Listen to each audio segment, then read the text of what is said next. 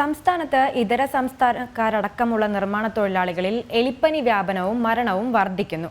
കഴിഞ്ഞ ദിവസം തിരുവനന്തപുരത്ത് കരാർ തൊഴിലാളി എലിപ്പനി ബാധിച്ച് മരിച്ചിരുന്നു. ഒപ്പമുള്ള മറ്റു തൊഴിലാളികൾക്കും എലിപ്പനി സ്ഥിരീകരിച്ചു. കേരളത്തിൽ പ്രതിദിനം എലിപ്പനി ബാധിക്കുന്നത് 10ഓളം പേർക്കാണ്.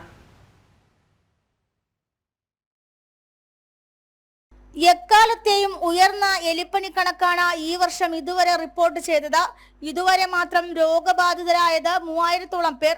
കഴിഞ്ഞ വർഷം സംസ്ഥാനത്താകെ 831 പേർക്കായിരുന്നു എലിപ്പനി സ്ഥിരീകരിച്ചത്. 39 മരണവും സ്ഥിരീകരിച്ചു. 2022-ൽ 2482 പേർക്കായിരുന്നു രോഗബാധ, 121 മരണം.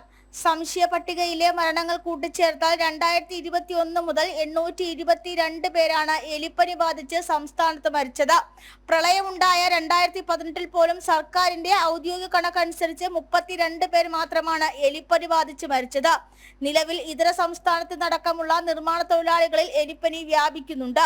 കഴിഞ്ഞ ദിവസം തിരുവനന്തപുരത്ത് കരാർ തൊഴിലാളി എലിപ്പനി ബാധിച്ച് മരിച്ചിരുന്നു. ഒപ്പമുള്ള മറ്റു തൊഴിലാളികൾക്കും എലിപ്പനി സ്ഥിരീകരിച്ചു.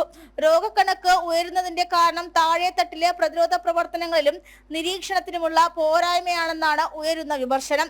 ചെളിവെള്ളവും മണ്ണുമായി ഇടപെടുന്നവർ എലിപ്പനി പ്രതിരോധ മരുന്നായ ഡോക്സിസൈക്ലിൻ നിർബന്ധമായി കഴിക്കണമെന്നാണ് ആരോഗ്യ വിദഗ്ധരുടെ നിർദ്ദേശം. ജനം, തിരുവനന്തപുരം.